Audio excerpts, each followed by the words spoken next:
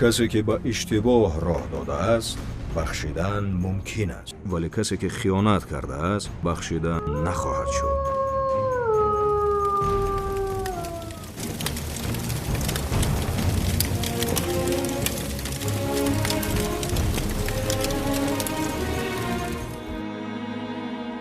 در طول سالهای جنگ شهروندی زیاده از 150 شهروند خارجی از جانب سلاح‌برداران مسلح تشکیلات تروریستی اکستریمیستی سابق حزب نهضت اسلامی گروگان گرفته به هلاکت رسانیده شدند. گروگانگیری هنوز از سال 1991 همچون راه پولکارکنی در تشکیلات تروریستی اکستریمیستی سابق حزب نهضت اسلامی استفاده می‌شد. آنها شهروندان خارجی را گروگان گرفته به عوض مبلغ طلب کردهشان آزاد می‌کردند و نخترش می‌فروختند. یکی از این شهروندان خارجی گروگان گرفته آنها پروفسور ژاپنی یوتاکا آکینو بود. یوتاکا آکینو سال 1998 در جمهوری تاجیکستان همراه با همتایانش از لهستان، اوروگوئه و تاجیکستان ضمن اجرای فعالیت خود در دایره میسیای سازمان ملل متحد از جانب تندگرایان تشکیلات تروریستی اکستریمیستی حزب نهضت اسلامی به طور وحشیانه ترور شدند. میسیای مذکور روند به دست آوردن صلح و ثبات را در جمهوری ما نظارت می‌نمود. 3 ایول سال 2018 ضمن سیمپوزیوم بین المللی بخشیده به 20 سالگی یادبود مرگ فاجعه‌ای عالم و سیاستمدار مشهور ژاپنی یوتاکا آکینو بار دیگر تاکید و تصدیق شد که محض تشکیلات تروریستی اکستریمیستی سابق حزب نهضت اسلامی او و همکارانش را با استفاده از سلاح و دستان مسلح به قتل رسانیدند. در حقیقت از سالهای 1991 این جانب همه پستی و بلندی وحشیانه گروه‌های تروریستی نهضت اسلامی را می‌دیدیم. در این دوره‌ها زیاده از 100 نفر شخصانی گروگان گرفته که دیپلمات‌ها، شخصانی از خارج می‌آمدگی روزنامه‌نگاران و غیرها که برای تنجی و صلح صلاح با جمهوری تاجیکستان وارد می‌شدند، تروریستان نهضت اسلامی برای مبلغ و پول از خود کردن این شخصان را به گروگان گرفته به قتل به طریق وحشیانه می‌رساندند. شخصان روزنامه‌نگار و شخصان دیپلماتان، سیاحان، همه این شخص‌های خارجی اوید به تنجی صلح صلاح برای تنجی امان بودن جمهوری تاجیکستان ما در سفر می‌کردند و این درنده‌های وحشی اینها را همچون وحشیانه به قتل می‌رساندند. نمی‌خواستند که یعنی جمهوری تاجیکستان ما به صلح صلاح به تنجی و امانی پیشرفت شود. من شاهد حال هستم که شخص معین یعنی یوتاکا آکینو در 20 یونیو سال 1998 به قتل از دست این خونخوارا رسانده شد که این شخص نماینده سازمان ملت بوده، برای صلح صلاح و تنجی و امانی جمهوری تاجیکستان سفر به ما کرده بود و این گروه خونخوار برای درآمدناکی مبلغ شخص نامبرده یوتاکا آکینو را به قتل رساند. بعد غار دهشتناکی لب دریای سرخاب پرتافتند که تا اینکه نشانه نماند.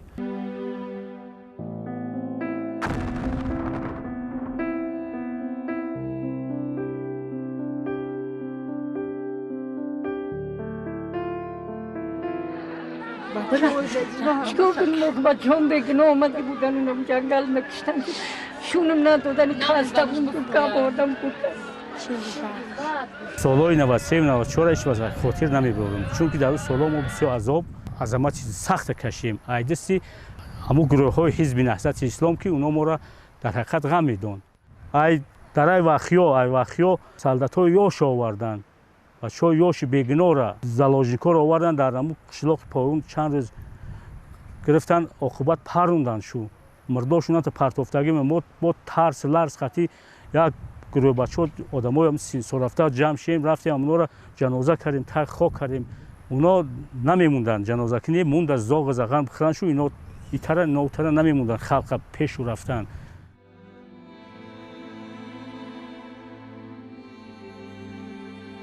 میبینید که چگونه آنها مردم را سر زده در یک جا جمع کردند. دهشت انگیزتر از این گونه عمل باز چی شده میتواند؟ باز آنها از شریعت و مومین برادر مومین است حرف میزنند و خود را انسان و ترغیبگر اسلام نشان میدهند.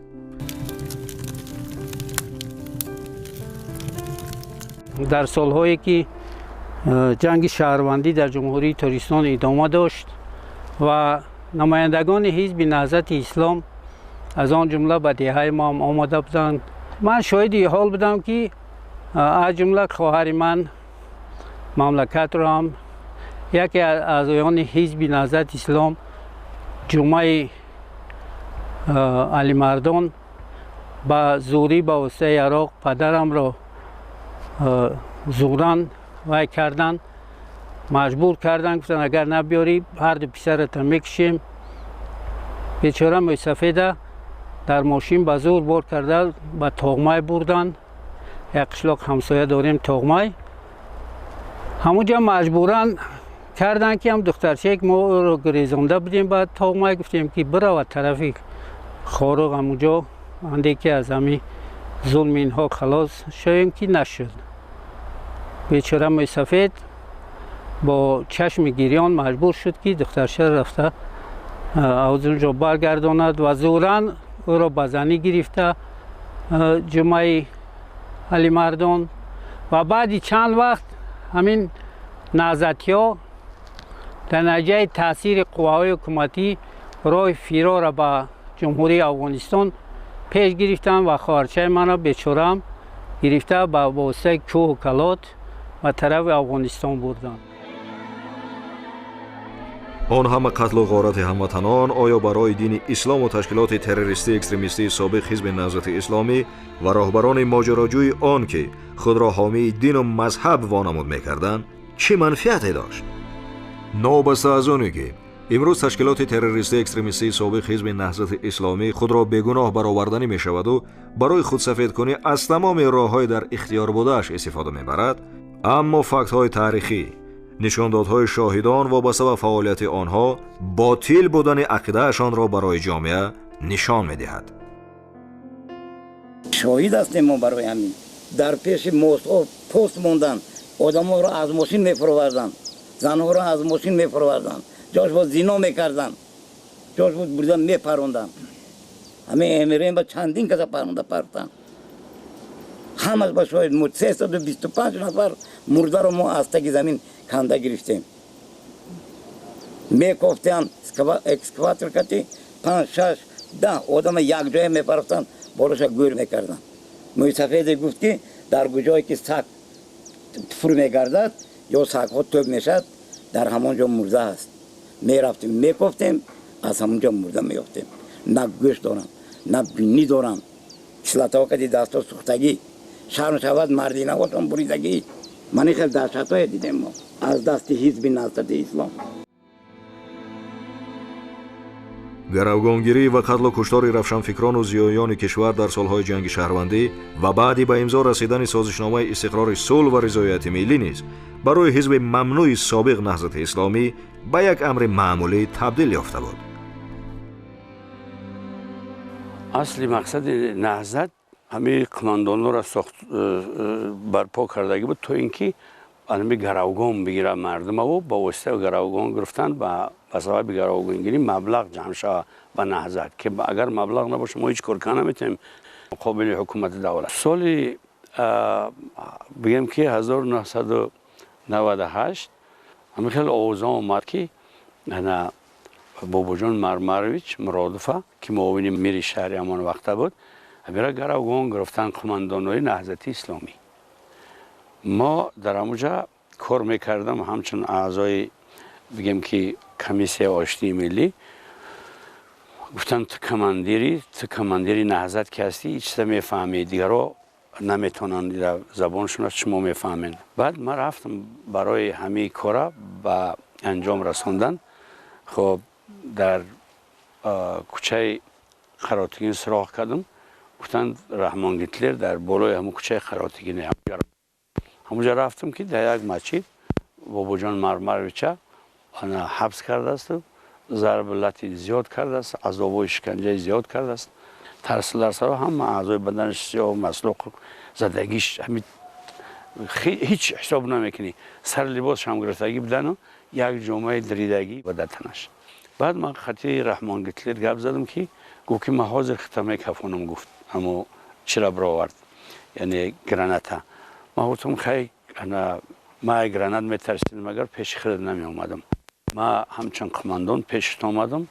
اگر ما را مثال گیریم که روزگی ما را بخواهی همین مردکه آزاد برای ما $200,000 پیشنهاد کرد. گفت $200,000 بتی ما میتونم میگیریم میرای برای که مرا نهضت سپارش دادگن که مبلغ بیارین در برابر همین کاروبارتون. برای مبلغ کار کردیم، برای فرمان نهضت به جا آوردیم. ما گفتم ما ترا مبلغ دادن نمیتونم، اگر یگان خدمت باشه اینم در تیارم. گفت خیلی 4 نفر ما آزاد کرده میتونیم. به گردن گرفتم، بعد گرفتیم آوردیم در امو زاپرافکای پایانی امو کوچه قراتگین ورای در یک ماشین موندیم. بعد این نفر مسجد گرفتیم، ما آدم اونا گرفتیم ورا دادیم، بعد بردیم انا بابا جان مرمرش سمردیم.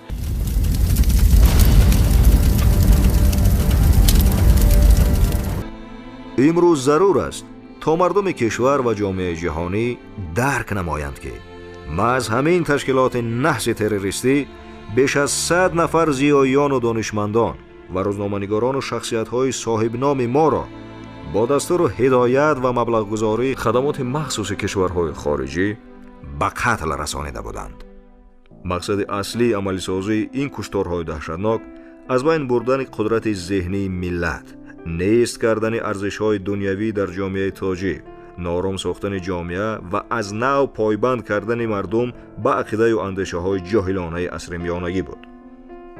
ببینید چطور تروریستان نهضتی با پایه‌های علم و دانش کشور ضربه‌های خونین نابخشیدنی زدند و چقدر شخصیت‌های بزرگ، روشنفکران و اهل ضیا را کشتند که به طور ذیل پیشکشتان گردانیده می‌شود.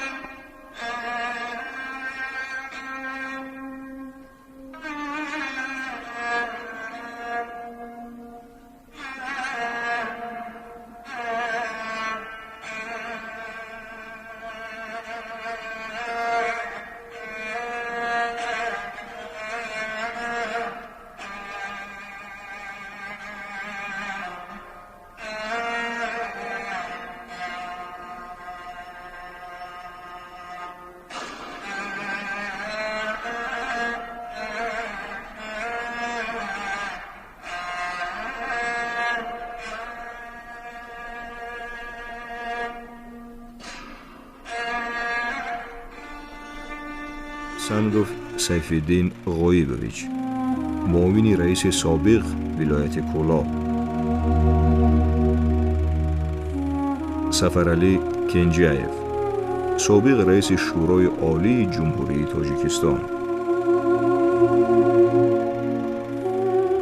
خوشبخت حیدرشاه، کاتب مسئول روزنامه تاجیکستان سویتی. جمعخان حاتمی، راهبر مرکز مطبوعات وزارت کارهای داخلی جمهوری تاجیکستان. مرادالله شیرعلیزاده، سرمحرر روزنامه صدای مردم، دارنده جایزه اتفاق جوانان تاجیکستان. سیدکوفسکی سرگئی نیکولایویچ، سردار مرکز مطبوعات خدمات گمرک نزد حکومت جمهوری تاجیکستان. ویکتور نیکولین، مخبر تلویزیون جمعیتی روسیه در تاجیکستان. حامید مالیکوف، سردار شعبه اطلاعات و مکتوب‌های تلویزیون تاجیکستان. سعیدشاه سعیدوف، کارمند اداره رادیوی تاجیکستان. جنیدلا خلیفایف، مخبر روزنامه بیرق دوستی شهر باختر. زینالدین محیدینوف، سرمحرر هفته‌نامه نسیم ایام. نفسبک رحمانوف، مخبر روزنامه تاجیکستان سویتی. اسکندر کریم، مخبر هفته‌نامه نوی خطلان. شریف‌اما کشوردوخت، روزنامه‌نگار هفته‌نامه خطلان. توکل فیض‌الله، سرمحرر هفته‌نامه حقیقت یاوان. مخصوم اولیموف، عضو اتفاق نویسندگان تاجیکستان. حامیدجان حکیموف، سرمحرر هفته‌نامه حقسوز. محمد شریف خالف، نویسنده، روزنامه‌نگار، دیرکتور تئاتر جوانان تاجیکستان. ذکرالله ولیوف، مخبر هفته‌نامه خلق آوازی. مختار بغدیف، مخبر اجنسی ملی اطلاعاتی تاجیکستان خاور. روزیبای جمعیف، خبرنگار هفته‌نامه شرف. اکبر شریفوف، محرر برنامه‌های موسیقی تلویزیون تاجیکستان. دولتعلی رحمانعلیف، اولین مؤسس تلویزیون محلی کولاب، سابق راهبر مرکز مطبوعات وزارت کارهای داخلی جمهوری تاجیکستان. نوریدین حبیب‌الله‌یف، ورزشگر. نورالله شریفوف، آموزگار. آبیجان سالیف، خادم علمی. عادل محمدعلیف، روزنامه‌نگار. الکساندر علینیک، خدمتچی حربی. حسنبای رفشانوف، کارمند ساحه فرهنگ. تقی رؤوفوف، مهندس. رجب‌علی علیمرادوف، راننده. رجب‌علی محمودوف، کارمند میلیسیا.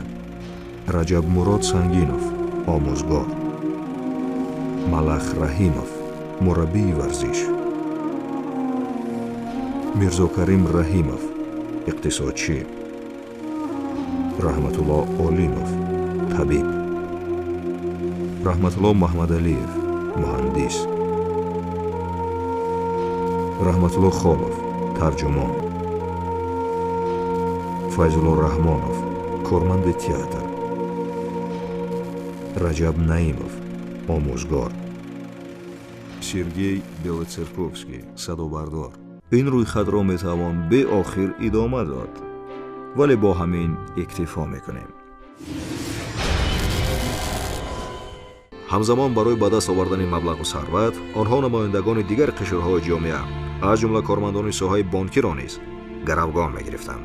ماه دکبر سال 1998 با سفارش سرکردگان تشکیلات تروریستی اکستریمیستی سابق حزب نهضت اسلامی، معاون رئیس بانک ملی تاجیکستان ولیف نوروز علیویچ از طرف گروه سلاح به دست نهضتی در شهر دوشنبه گروگان گرفته شد. او را این دشمنان ملت و میهن در یکی از زندانهایشان در شهر وحدت مدت 57 شبانه روز زیر عذاب و شکنجه جسمانی و روانی قرار دادند. برای این گروه غارتگر و مردم آزار هیچ ارزش انسانی وجود نداشت. تنها در سر نقشه قتل و غارت، گروگان گرفتن مردم و فروش آنها را به خویش و اقربایشان داشتند. دویم دکبر سال 1998 من در اون دوره در وظیفه معاون رئیس بانک ملی تاجیکستان کار میکردم. صبح هنگامی به کار رفتن ماشین خدمتی ما را در نزد جمعیت سهامی برق تاجیک از طرف گروه مسلح حزب تروریستی نهضت اسلام نگاه داشته شد و این سلاح بدستان ما را به گرفت گرفتند و به حدود نواحی حاضری وحدت گرفته بردند.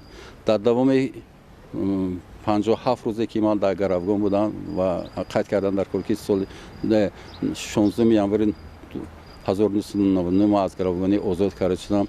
از طرف این گروه های تروریستی، از طرف اون نفرانی که اونها رو انسان گفتن بسیار دشوار است. از دست اونها من بسیار عذاب‌های جسمانی و روانی کشیدم و همه اون با اون آورده رسون که سلامتی من بسیار ناتوب شد و من بعدی از گروگانی برآمدم مدت زیاد به طبابت خود مشغول شدم و تا امروز عاقبت های اون عذابایی که از طرف گروه تروریستی حزب نهضت اسلام نسبت به من قبول کرده شد، من حاضرم عاقبت های اون رو دیده ایستادم و وقتی که من در همین دوره در گروگانی بودم من بار دیگر در اصل دیدم که این نفران رو انسان گفتن بسیار خطا است. اینا گروه بسیار تیار تروریستی که از در لاگرهای مخصوص تیار کرده شدن و اونا برای به هدفهای خود رسیدن تمام اصول رو استفاده می‌کنن که هم انسان رو از طرف جهت روانی هم جسمانی عذاب دهن.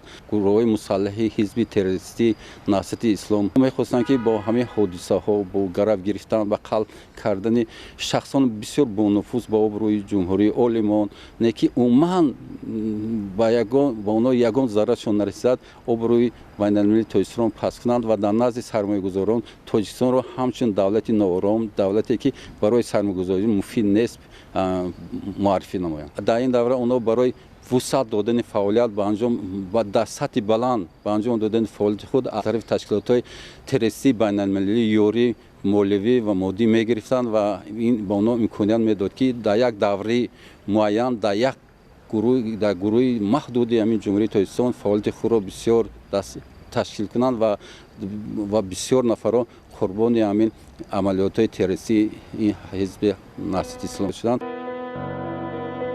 ماز کوزوف میرزا رحیم یکی از اشتراکچیان قتل و کشتار عالمان و زیاییان می باشد و شخصا او با همراهی اعضایان سلاح به دست تشکیلات تروریستی اکستریمیستی سابق حزب نهضت اسلامی عبداللهیف عبدالقادر گریزویچ، اشرف تقایمراد سیراجویچ و پیرکف دلاور شاهویچ با سفارش راهبریت تشکیلات تروریستی اکستریمیستی سابق حزب نهضت اسلامی رئیس شورای عالی جمهوری تاجیکستان حقوقشناس شایسته سفرعلی کنجیف را 3 مارس سال 1992 در کوچه اکادمیک باباجان غفور به شهر دوشنبه وحشیانه به قتل رسانیدند.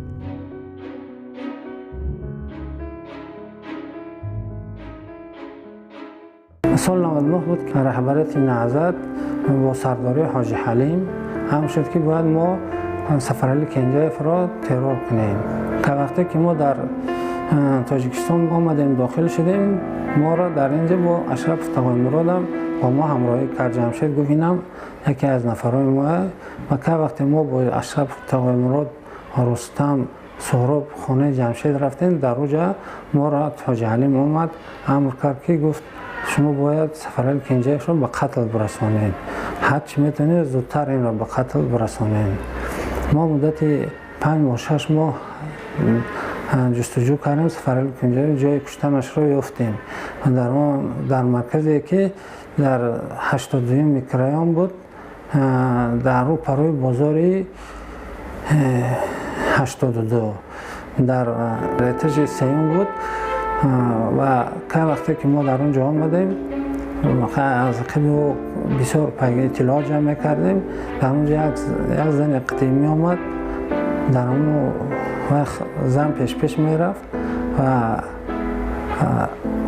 حاضر باشای سفرعلی کنجیف تلخوش عقبش می آمدن یک شفیار قطعی و که وقتی که ما در اونجا آمدیم جمشید ما را گفت که تو باید از دور ما را خبر بده که آمد یا نه آمد و در دست من همون یک گازت بود، باید ما در گازت می برداشتم که آمد، اگر نمی آمد من نمی برداشتم و جمشید در پایان ایستاد، رستم و اشرفوف در درون همون پدیز ایستادن که وقتی که سفرعلی کنجایف آمد من اشاره کردم که آمد و من باید از منطقه خارج می شدم. من منطقه خارج شدم، آنها سفرعلی کنجایف را در آنجا به قتل رساندن و تلخوش هم در آنجا به قتل رساندن، شفیعش هم که وقتی که ما سفرعلی کنجایف را به قتل رساندیم از جانب رهبریت حزب نهضت بر ما امر شد حسام حاجی حلیم که از تاجیکستان خارج شدیم و ما به روسیه فرار کردیم. 1995 با دعوت سلام حجمابک که یکی از فعالان حزب نهضت اسلامی است، با تخلص خالد به دعوت او از طریق ترکمنستان با راه در آبی به جمهوری اسلامی ایران به شهر مازندران رفته و از آنجا بعد یک چند شبانه روز به شهر قم رفتم و در قم به مدت 4 ماه تعلیم ابتدایی دینی گرفته، بعداً با همراهی حدوداً 140-150 نفر به جنگل مازندران برای تعلیم دیورسیونی اومدیم و مدت 4 ماه در اونجا تعلیمات دیورسیونی حربی گرفته. ماه فوریه 96 استاد نوری همراه خالد به نزد ما آمده با ما واخری کرد و تاکید کرد که تعلیمات دیورسیونی را خوبتر بیاموزیم چون که برای برقرار کردن حکومت اسلامی در تاجیکستان لازم است. ما در آنجا از تمام نمودهای سلاح آتشفشان تیر پراندیم، آموزش دیدیم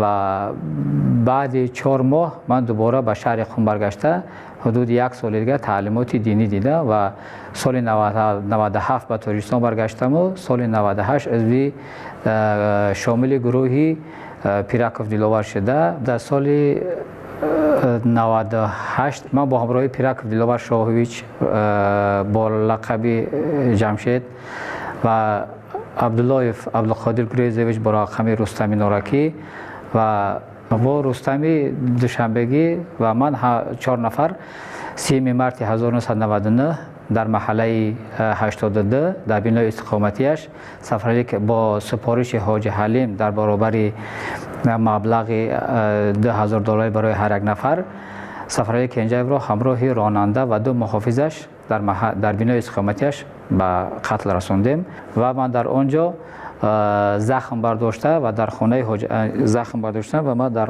خانه حاجی حلیم ما را به مدت 2 ماه معالجه کرده و سال 2000 به کشور روسیه رفته تا مدت دستگیری شدنم در فدراسیون روسیه زندگی میکردم. نهضتیان که امروز نشرمیده از ارزش‌های چون مردم سالاری و حقوق انسان حرف میزنند، آیا اعمال وحشیانه و انسان بدبینانه خود را طول سالهای جنگ شهروندی فراموش کردند؟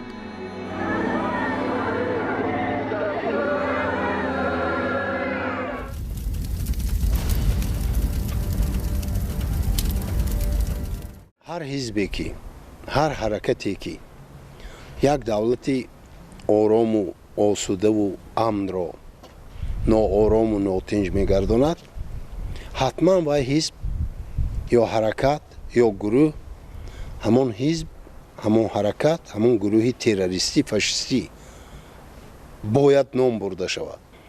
ابوالقاسم فردوسی گفتند که زیان کسان از پی سود خویش بجویند و دین اندر آرند پیش.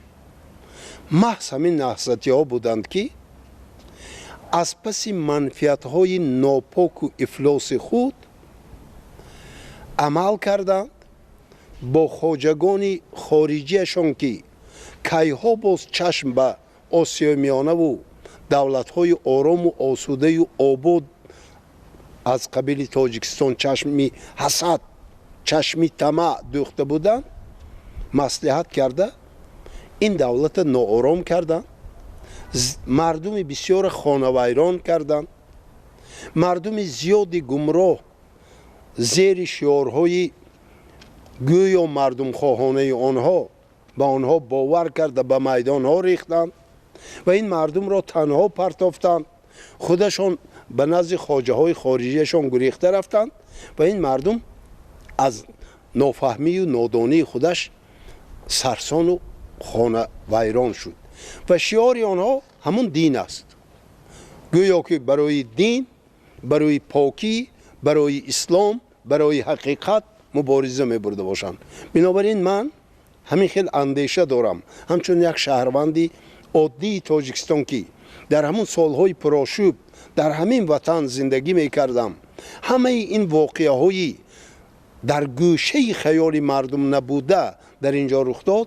همه عامل اساسی این ناامنی و ناآرامی و این قتل و این غارت و این ویرانی این وطن از دست همون حزب نهضت اسلامی میدانم که هنوز آنها در زمان شوروی در این سرزمین با مصلحت خواجگان خارجیشان ریشه دوانده اساسهای خود را تیار کرده بودند و چون اتحاد شوروی پراکنده شد، چون نظام شوروی از بین رفت، تا به خود آمدن این سرزمین کوچکی نو صاحب استقلال گشته به عملیات های تروریستی خود سر کردند.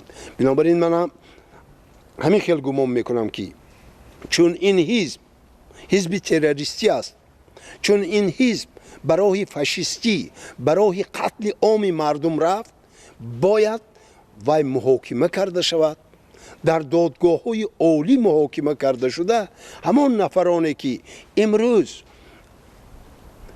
به نزد خواجگان خارجی خود گریخته رفتند، اونا باید مجازات شوند، جزا داده شوند. چون فاشیستان خیلی که سال 1945 بعد از خاتمه جنگ دوم جهان همان فاشیستانی که از ششک عالم را ویران کردند، مردم بسیار قتل عام کردند، در نیورنبرگ سود کرده شده بودند. باید اینها هم مانند آنها در محکمه های بین المللی مجازات شوند، جزای آنها معین کرده شود. سرمایه گذاران این حزب همه خواجگان خارجی هستند که در بعضی دولت هایی که در زیر نقاب دوست عمل میکنند آنها پناه بردند، مبلغ گذاری میشوند. اما من همچون شهروندی عادی همین کشور گفتنیم اسلام حقیقت است. ما مردم تاجیکستان مطمئنا اهل اسلام هستیم، به خدای یکه و یگانه باور داریم. در تاجیکستان در همه مسجد و مدارس کشاده است، لیکن قرآن خداوند، دین خداوند حزب ندارد. آن حزبی که با غرضهای سیاسی آمده یک کشور امن و آرام را ناآرام کرد و امروز هم همین نیت‌های ناپاک خود را در اینجا عملی کرده نیست، نباید دیگر باره به این سرزمین، به این قلمرو، به این ملک بهشت‌آسا دیگر راه دادن نشود. سرکردگان تشکیلات تروریستی اکستریمیستی سابق حزب نهضت اسلامی محیدین کبیری و کمیسر حربی حزب کوزوف میرزارحیم کریمویچ با لقب شانه‌ای کریم امروز خود را بیگناه می‌حسابند. تابعیت و دستنگری خود را به دایره‌های مخصوص جمهوری اسلامی ایران پنهان می‌دارند. ولی سرکرده دیگر این تشکیلات امانبکوف نعمت سلیمان بیکویچ سال تولدش 1971 زاده و ساکن دهه تنگ جماعت دهات سوچان ناحیه شولان ولایت مختار کوهستان بدخشان، عین زمان راهبر نمایندگی این تشکیلات تروریستی در جمهوری اسلامی ایران می باشد. این خیانتکار در پایتخت ایران عمر به سر می برد. همیشه از کمک و دستگیری های خدمات مخصوص این کشور برخوردار است.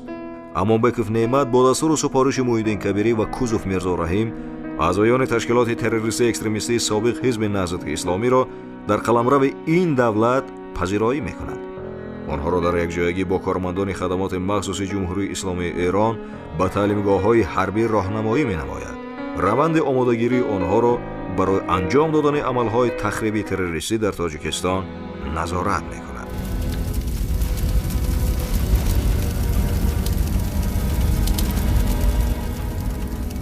تشکیلات تروریستی اکستریمیستی سابق حزب نهضت اسلامی تا امروز تحت هدایت و راهنمایی و مبلغ‌گذاری بعضی گروه کشورهای منفعت‌دار برای ضد منافع ملی و دولت تاجیکستان فعالیت تخریبکارانه و دشمنانه را پیش می‌برند.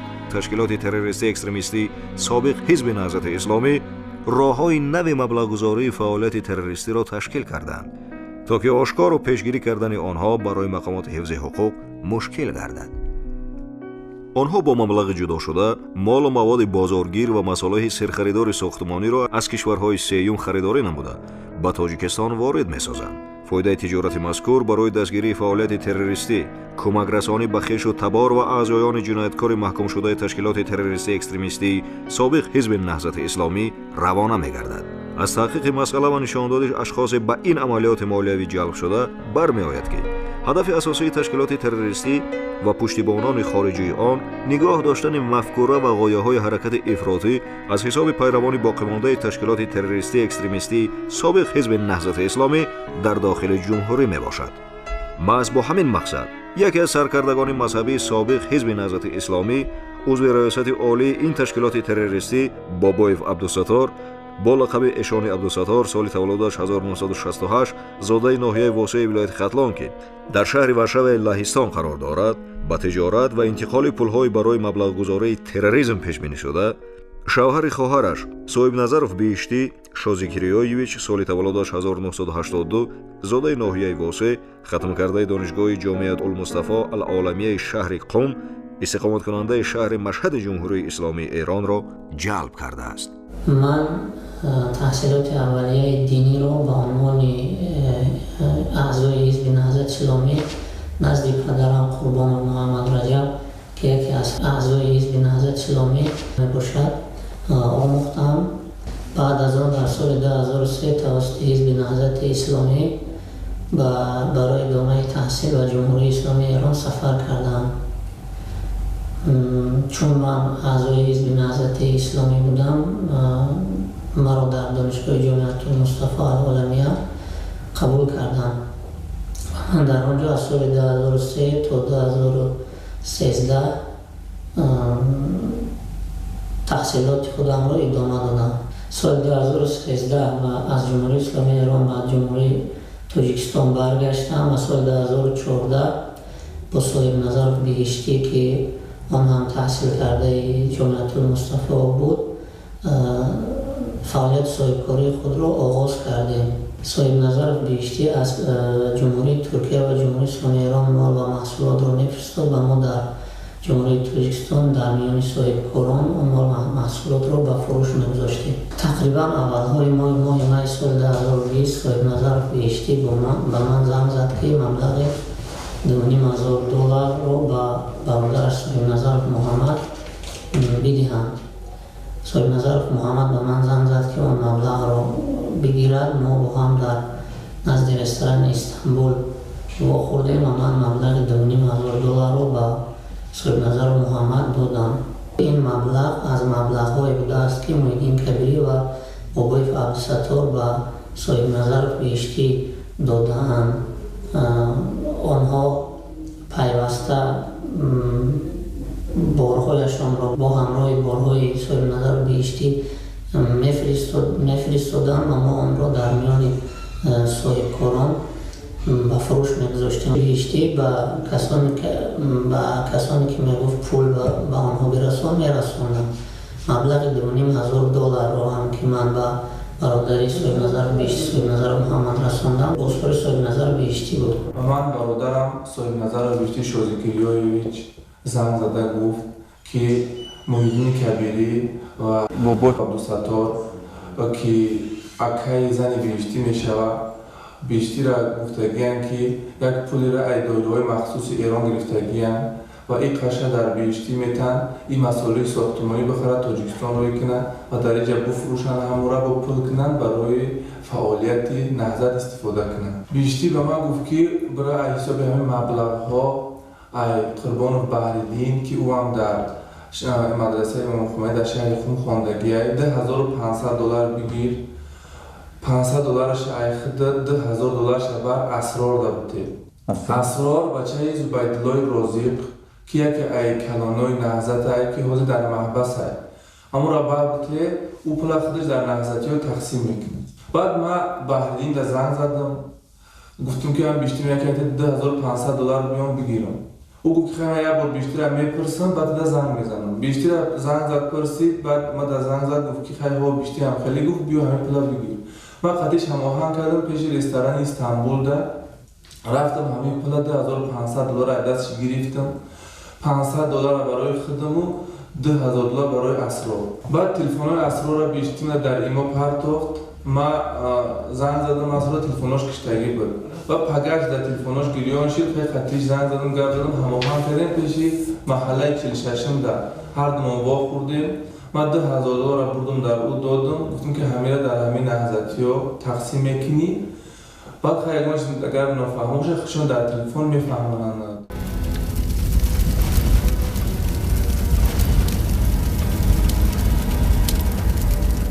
تقریبا آخر ماه اپریل بود که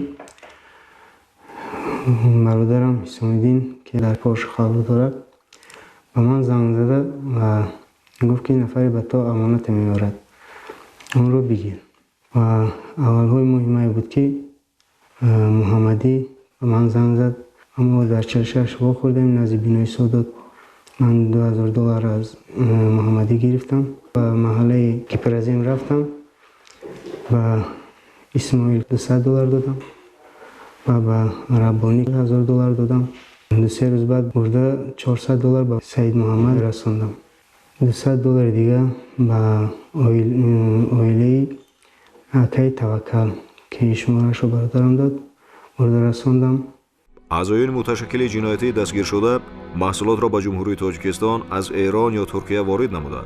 آن را توسط از شخصان میانه‌رو با استفاده از شرکت‌های تجارتی به مثل جمعیت‌های دارای مسئولیت محدود عبدالله برات، بهار آرزو، نقین کارپوریشن و آلیه 91 از قید گمرکی می‌گذرانند و نام و نسب خود را با مقصد مورد نظر مقامات حفظ حقوق قرار نگرفتند در یگان حجت درج نمی‌کردند. در رفت تحقیق پرونده معلوم گردید که اکثریت این اشخاص با جرم مبلغ‌گذاری تروریسم بازداشت شده با خدمات مخصوص علاقه‌مندی دارند. در مجموع مبلغی که از جانب خدمات مخصوص به تشکیلات تروریستی اکستریمیستی سابق حزب نهضت اسلامی جهت گسترش و پهن نمودن ظهورات تروریسم و اکستریمیسم در تاجیکستان در دوام یک سال اخیر جدا شده است. $64,201 ایالات متحده آمریکا برابر به $661,270 سومانی، 200 یورو برابر به $2,470 سومانی، 81,000 روبل روسی برابر به $11,907 سومانی و 4,572,542 سومانی را تشکیل می‌دهد.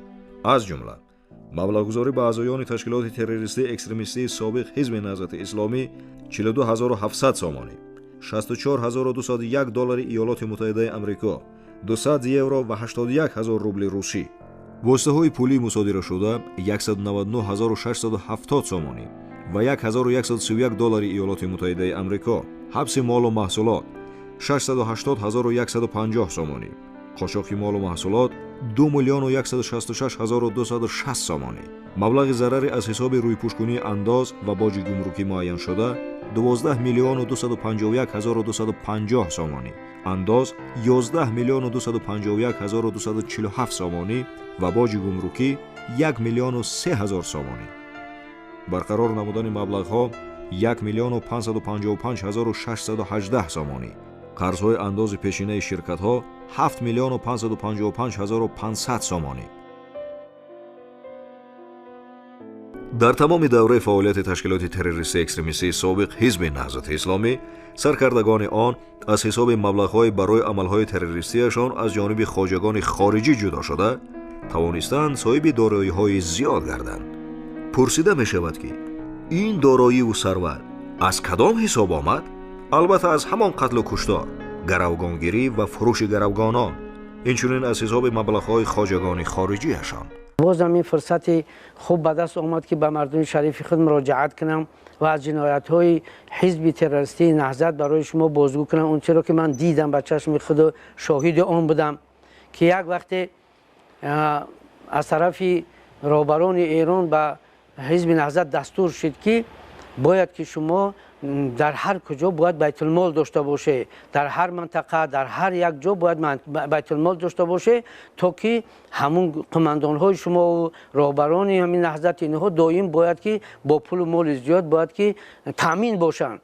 بنابراین این دستورات قاری واسط گفتگی آدم نهضت مأمور کرد که رفته قماندانها را چی کنید امر ما را برسونید که آنها به هر واسطه قطعی از آدمان پولدار و دولت مردا و هر جایی که بیان حتی اگر مالکیت دولتی هم باشه به شکل غصب و دزدی هم باید که آنها کوشش کنند که پول و مال به دست بیارن و یکی راه این پول و مال به دست آوردن این گروگانگیری بود که یک انسانی یا در حکومت کار میکرده یا انسانی که ثروتمند بود و یگان صاحب کار بود یا پولدار بود به هر شکلی یک انسان به میقپیدن گروگان میگرفتن یا که رفته به سرش دوری میکردن که در بالاش ملزم میکردن که اینقدر پولی کلان حتی پولهایی که در او عقل در او زمان عقل آدم تا 40-50 هزار دلار 100 هزار دلار برای آنها فرمایش میدادن که اگر همین قرار نیاریم ما شما را نابود میکنیم یا فرزندای شما را نابود کنیم به همین مثلا تهدیدها همین کارا را میکردن و قماندانان رو مأمور کردن که در هر منطقه با نماینده های خودتون بگذارید تا که آنها این چیزها را کنترل کنن از جمله اینا رحمان گیتلر اینا اشانی دراز بعد یک یعقوب با لقب جینجک خب اگر خیلی آدم‌ها بسیار بودن که همه او را که در فرصتی کوتاه نامش نمیگیریم مأمور شدن و دست به همین جنایت زدن که این جنایت در یگان گوشه قانون خدا و رسول نمیگنجه. مثلا یک آدم شاید بپرسه که از مثالش چیه، از کجا میدونی که کشدگی؟ مثال روشنش همین ثروتمندی رهبران تروریستی نهضت که همشون صاحب چندین خانه و بازار و مثلا مغازه‌های کلان و ماشین‌ها و زواد و فابریکه‌ها حتی ساختن. همه اینا از همون پول‌های به زور به مردم گرفته شده بود که به دست آنها می اومد و باید که او رهبرایی که اینها تعیین کرده بودند در هر منطقه آنها پول مال جمع میکردن می آوردن در اختیاری رهبرای این حزب تروریستی میگذاشتن.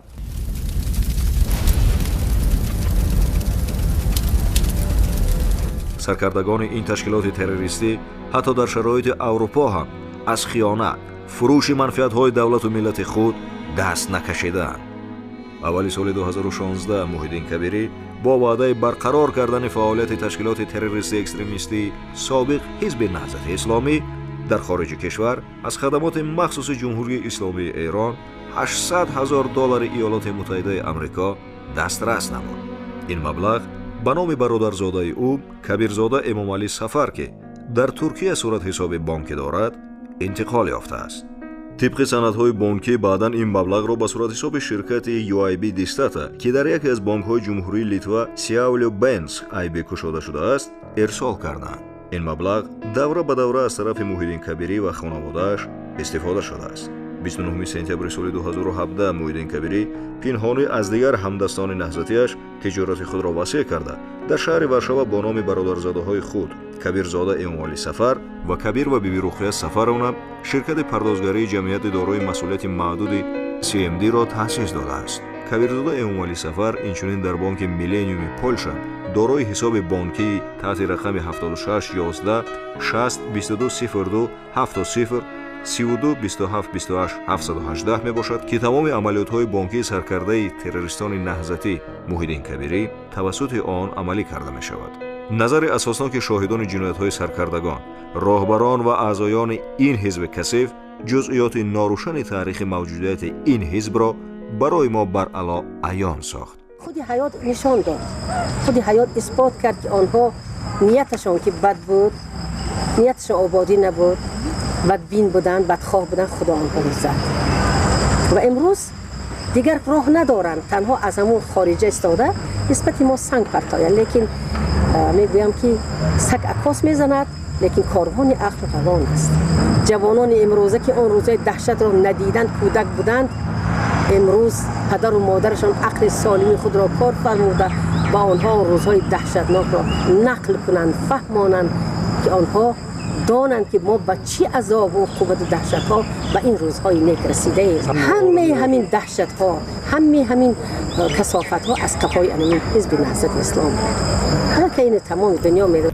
برادران عزیز، مردم تاجیکستان عزیز، یک حالت‌های را دیدیم که حسابش گفتنش باور کنید در عقل یک طغرا نمی‌گیریم. همه گرسنگی و عذاب و مشقت، چه عذابات چه روزها دیدیم. امروز باید یک کاری کنیم که مردم تاجیکستان من آشکار میگویم و یک دل پر میگم که دیگر اینها را گوش نمیکنن و او کارها و کردارهای کردند گذشتند مردم را گمراه کردند با واسطه مردمی گویم که خواجگان خارجی علاقه مردم اینا آموختن دیدن در حیات سنجیدن چقدر 150,000 زیاد مردم تاجیک پدر مادر برادرها گذشته شدن چقدر مادرها گویم که یتیمدار شدن چقدر عذاب و روزهای سیاه و وزنی به سر مردم ملت تاجیک آوردن کبیری بیا قطعی خواجگانت که در همون خارجه هستی خودت با همونها کار رو باید که مردم تاجیکستان قدر گوی نشه تو باید که در خیر در استقامت کجا هستی خارجه هستی با وطن ما و همون دهه که در شما در چی گپ زدن در همون قشلاق هم مردم تو برآمد کردن که همون صدقه هم قشلاقت کنن صدقه هم خاکی که در اونجا خون نافذ ریخته امروز با مردم فریاد کرده و وای کرده و فتنه انداخته زی یگان فردی تاجیکستان که شما را گوش نمیکنه و نخواهد شنیدن هم نمیخواهد باز برای کرسی و منصب و دواده الحمدلله تنجی را بون که شب ساعت 1 شب 2 شب اگر یک کارت باشه میخیزی با ای گوشه تاجیکستان با گوشه دیگر شب میره با خارج بویم با ازبکستان با گوشه بزنید ساعت 2 شب 3 شب به یگان ممانعت تنج آرامی این بهترین نعمت تنجی امانی آرامی همین را گفتنی هستم که به مردم شریف تاجیکستان باز خبردار میکنم میگویم که برادران از این پدران برادران مادران خواهران هیچگاه فریفته این نغمه‌گرا این فتنه‌گرا نشوید این وطن نازنین دوست بداره آباد کنیم سرجم یک جایه باشیم تنجی بهترین نعمت برای همین ما مردم تاجیکستان دیگر شما را و حزب شما را در وقتش قبول نداشتیم حاضرم قبول نداریم و نخواهیم داشت امروز برای همه واضح و روشن است که تفاوت تشکیلات تروریستی اکستریمیستی سابق حزب نهضت اسلامی از دیگر سازمان‌های دینی مذهبی در آن است که اگر دیگران با اهداف روشن فعالیت کنند نهضت‌های کثیف با روی پوش کردن نقشه و نیت‌های اصلی خیش می‌خواهند مردم را به گمراهی برند اما دلیل‌های قاطع برای نه تنها مردم تاجیک بلکه برای تمام دنیای معاصر معین می‌کند که در اصل تشکیلات تروریستی اکستریمیستی سابق حزب نهضت اسلامی چه مقصد دارد و تا این زمان کدام عملهای غیر انسانی را نسبت شهروندان تاجیکستان انجام داده است. در سال 1996 حزب نهضت اسلام به نام گروه مخالفین آمده از خانه‌مان اپم را گرفته گروگان گرفته بردند. تقریبا ماهای آگوست بود و آن را وحشیانه به قتل رساندند. سبب اینکه شما به ارمیای دولتی خدمت رساندین همون سالدات را یا بردنان میداد یک لیکوسات چینی جرغات میداد یک خدمت میکرد لباساشون هم میشست تو در آنها خدمت کرده گفته برده هم را به یگان اساس در سر کوپرکی دیه غلامان برده به قتل رساندند وحشیانه حتی مردهش را به ما ندادند. پرسیدیم با مدت چند پس اون پرنده و درنده گوشت و پوست او را خوردن استخوان‌های رو یافته آوردیم در آرامگاه دهمون کفن کرده گرانیدیم. در دیگر ناحیه‌ها دیگر دهات هم همین کارها همین جنایت‌ها رخ میداد و حتی ما همه شنیدیم و میفهمیدیم. گروه‌های همین زبایت قماندان گفتن از دهه گردنگه بود مربوط به حزب نهضت اسلام همونها آورده همین آدم پای ما رو به گناه به اساس برده به وحشیانه به قتل رساندن در سر کوپرکی دیه غلامان. وحشانیتی که آنها صادر کردند حتی تصورش را هم نمیتوان تحمل کرد.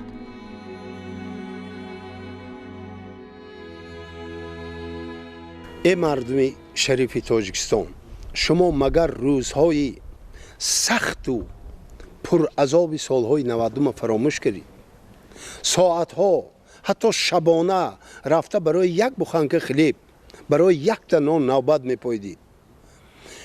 بازارها خالی چشم مردم گرسنه مردم از آینده خود تماما امید کنده بود.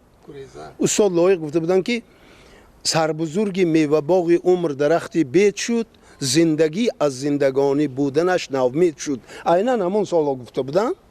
برای همین وای واقعه فراموش نکنیم. هر زمان به خاطر آورده استیم بار دیگر این نهضتی ها، این حزب تروریستی اکستریمیستی میخواهد که با رهبری خواجگان خارجی خود ان همین امنیت، آسودگی، پیشرفت، ترقیات این کشوری مبارک ما را خلالدار کنند. بنابراین من بار دیگر دعوت میکنم که زیرکی سیاسی را ما نباید از دستیم، هوشیاری سیاسی را نباید از دستیم. بنابراین سر وقت منع شدن فعالیت تشکیلات تروریستی اکستریمیستی حزب نهضت اسلامی قدم مهمی در راه استوار ساختن ثبات و امنیت کشور بود. گرفتن پیش راه این تشکیلات و این نقشه و این فتنه که به واسطه از خارجه اداره میشد برای ما یک نجات ملی بود. فقط لطف خداوند و سیاست خردمندانه دولت باعث شد که ملت تاجیک از چنین گروه زرخرید جنایتکار و از چنین فتنه عصر خلاصی یافت و حیات آسایشته مردم حفظ شد. مقصدی، غرضی، خواهشی حزبی امروز در تاجیکستان ممنوعی اکستریمیستی تروریستی نهضت اسلام با رهبری کبیری فقط ناآرام کردن همین وضع آرامی جمهوری تاجیکستان. چرا؟ سوال پیدا شدنش ممکن که چرا؟ برای آنکه اینها خواجه های خارجی دارند. انا همین خواجه های خارجیشون میخواهند که با هر راهی نباشد وضعیت آسیای میانه را مرکب کرده، از حساب مرکب کردن وضعیت جنگ انداختن مردم کسه های خود و خواجه های خارجی خودشان را پر کنند. برای کبیری و طرفداران او و حزبی تروریستی اکستریمیستی او دولت از سال 1997 امکانیت داد. آنها وارد پارلمان شدند. زیاده از 10 سال عضو پارلمان تاجیکستان بودند. اگر اقدام برای آباد کردن این مملکت میکردند میتوانستند، لیکن نکردند. اونا فقط کیسه های خودشان پر کردند. اونا فقط مردم گمراه گل زدند. استاد لاهوتی فرمودند که همه دادی وطنخواهی زنند، اما نمیدانم وطنخواهی به گفتار است یا کردار یا هر دو. کبیری هم مسلکان او، پیروان آنها، دنبرداران آنها فقط در گفتار وطن دوستی میکنند. آنها چی میخواهند؟ چرا از خارج کشور استاده سنگ میاندازند؟ از خلق عزیز تاجیکستان خواهش میکنم که نور را گذاشته راه به سوی ظلمات نبرید. با نظرداشت ماهیت تروریستی و خیانتکارانه و مقام غیرقانونی حزب نهضت از تمام شهروندان عزیز کشورمان خواهش کرده می شود که هنگام سخن گفتن، خواندن، نوشتن، آشنایی با مواد اینترنتی و عموماً ضمن هر گونه مناسبت با این موضوع با ادبیات، با اعضا یا فعالیت این گروه باید در نظر داشت که سخن درباره تشکیلات تروریستی منع شده غیرقانونی می رود و از نظر حقوقی همه گونه رابطه با آن عمل غیرقانونی و رابطه با اکستریمیسم و تروریسم به حساب می رود.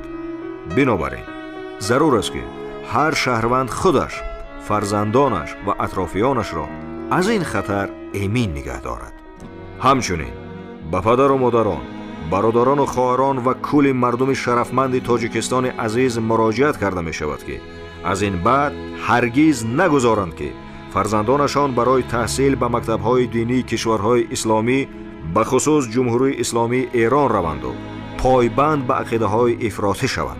در این کشور فرزندان شما به دام فریب سرکردگان و اعضایان تشکیلات تروریستی اکستریمیستی سابق حزب نهضت اسلامی افتاده، در دایره تفکر افراطی و تروریستی تعلیم و تربیت یافته، در نهایت به گروه‌های افراطی و تروریستی شامل شده، پیش از همه به والدین، به ملت و دولت خود خیانت میکنند. بار دیگر از شما بینندگان گرامی، پدر و مادران عزیز خواهش کرده می شود که دیده و دانسته حیات فرزندان خود را نسازانید و آنها را به دست دشمنان وطن و ملت نسپارید.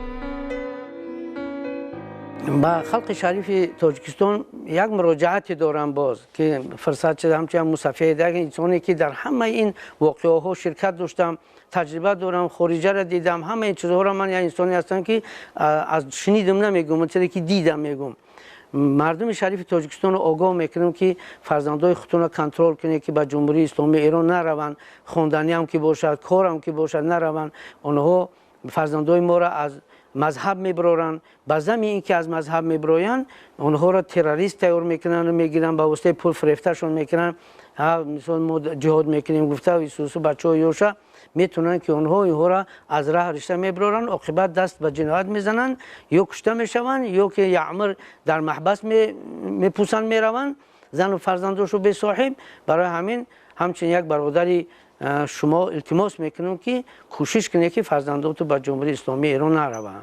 برای چی ما در این نقطه بسیار تاکید میکنیم که فرزنداتون نمونه؟ برای که هر یک کسی که جمهوری اسلامی ایران میروه، خواه اون نهضتی باشه غیر نهضتی، در اون مکتب‌های مخصوصی که برای تاجیک‌ها تشکیل کردن وقتی میروند، راهبران همه همون جاهای تعلیمگاه‌ها خودشو از همون امنیتی همون جمهوری اسلامی هستند و اونها همیشه کوشش میکنن که فرزندای تاجیک‌ها که در اونجا میروند آهسته به سوی مذهب شیعه جلب کرده شن و هر واسطه قطعی، با واسطه دادن پول، با واسطه مثلا که دیگر تبلیغ تشویق‌ها و بچه‌ای که مثلا ببینن که به شیعه تمایل داره، احوال مادیش خوب میشه و مثال را شرایطش مهیا میکنن، خوب میکنن، تبلیغش میکنن. او یکی خوب نمیشه او را به هر واسطه قطعی بهای پس میگذارن، از مکتب‌ها خارج میکنن.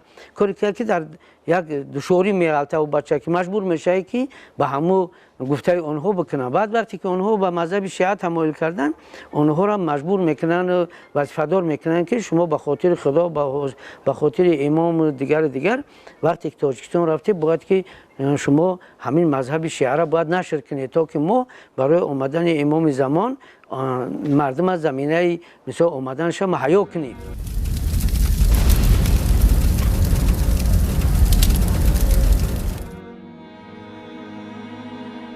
اکنون حیف گمراه گشتگان که از نعمت دوران استقلال تاجیکستان، از دستاوردهای تاجیکستان، از فیض و برکت، آسمان صاف و بی‌آلایش و آفتاب نورپاش تاجیکستان عزیز حلاوت بردن نمیتوانند و قلب خود را با کبر و غرور بیگانه پرستی پر نموده، خویش و نزدیکان خود را، پیش از همه پدر و مادر خود را که نعمت بی‌بها برای هر یک فرد است، زیر باران خجالت ماندند.